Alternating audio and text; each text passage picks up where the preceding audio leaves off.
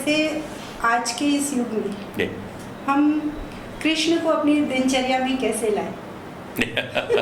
क्योंकि कृष्ण को अपने जीवन में उतारना यानी उनके संदेश को जीवन में उतारना जी। और भगवान श्री कृष्ण का जो संदेश है वो श्रीमद् भगवत गीता में हमें मिलता है। श्रीमद् भगवत गीता का वो संदेश मात्र कर्म का संदेश नहीं है जैसा लोग ब्रह्म में जीते हैं। 18 अध्याय की श्रीमद् भगवत गीता 3 भागों में बांटी गई है। 6 अध्याय में कर्म योग है, 6 अध्याय में सांख्य यानी ज्ञान योग है और 6 अध्याय में उपासना यानी भक्ति योग है। कर्म, भक्ति और ज्ञान का सुंदर समन्वय हमारे जीवन को बहुत उच्चता की ओर ले जा सकता है। मात्र कर्म करते हुए नहीं, विचार पूर्वक कर्म करते हुए और उस परम सत्ता का स्मरण करते हुए यदि हम कर्म करें, हमसे गलत नहीं होगा और गलत नहीं होगा तो उसके परिणाम स्वरूप जो दुख इत्यादि हमें उठाने पड़ते हैं उनसे हम बच जाएंगे। कर्म को प्रधान कहा है लेकिन सब कुछ नहीं कहा है। कर्म भी पूजा बन सकता है, कर्म ही पूजा नहीं है। ही और भी में there is lots and lots of difference. कर्म के साथ यदि विचार ना हुआ तो आम जन भी बोलते देखे गए हैं कि बिना विचारे जो करे सो पाछे पछताए, काम बिगाड़े आपनो जग में होता हंसाए।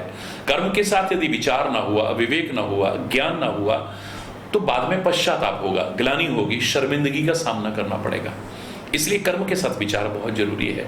और जिस परम सत्ता ने इतने हमारे पर अनंत उपकार किए हैं, इतनी नियामतें दी हैं, एक छोटा सा को गिफ्ट देता है हम उसको थैंक यू बोलते हैं और जब तक वो गिफ्ट रहता है उसे याद रखते हैं, लोगों के सामने गुण गाते हैं उसके, ये हमारे लिए वो लेके आया, वो लेकर के आया, वो लेकर के आया। तो जिसने इतने अनमोल तोहफे हमें दिए हैं, अनमोल नियामतें दिए हैं, अनंत उपकार किए हैं, उसके प्रति कृतज्ञता ज्ञापित करना, ग्रेटफुल होना, ये हमारा पुनीत कर्तव्य बन जाता है। तो ये समन्वय स्थापित हो जाए। जैसे मेरे चेहरे पर 3 अंग हैं, आंखें प्रमुखता, सभी अंगों का अपना अपना महत्व है लेकिन प्रमुखता 3 अंग हैं, एक आंख, एक कान और तीसरा मुख। मेरी आंख ना होती तो भी मैं जीवित रह सकता था, मेरे कान ना होते तो भी मैं जीवित रह सकता था, मेरे आंख और कान दोनों ना होते, मात्र मुख भी होता तो भी मैं जीवित रह सकता था। इसलिए मुख को मैं प्रधान कह सकता हूं।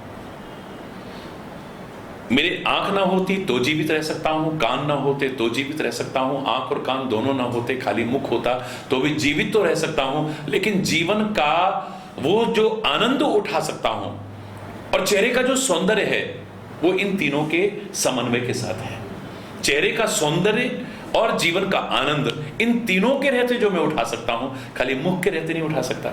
ऐसे ही आंख कर्म का प्रतीक है, कान भक्ति के प्रतीक है, मुख कर्म का प्रतीक है, आंखें मेरे ज्ञान के प्रतीक हैं।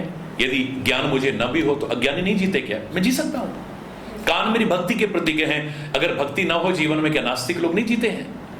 ज्ञान और भक्ति दोनों ना हो, मात्र कर्म करते हुए, चाहे जो कर्म करते हुए, चाहे जैसा कर्म करते हुए आप जी तो सकते हैं, लेकिन वहां जैसे चेहरे का सौंदर्य और जीवन का आनंद नहीं उठा सकते इन तीनों के समन्वय के बिना, बिल्कुल ऐसे ही कर्म, भक्ति और ज्ञान तीनों के समन्वय के बिना हम जीवन के सौंदर्य को विकसित नहीं करते और जीवन का जो वास्तविक आनंद लेना चाहते हैं उससे वंचित रह जाएंगे। तो भगवान श्री कृष्ण के संदेश को जीवन में अपनाना ही सबसे बड़ी, और वो हमें गीता में मिलता है।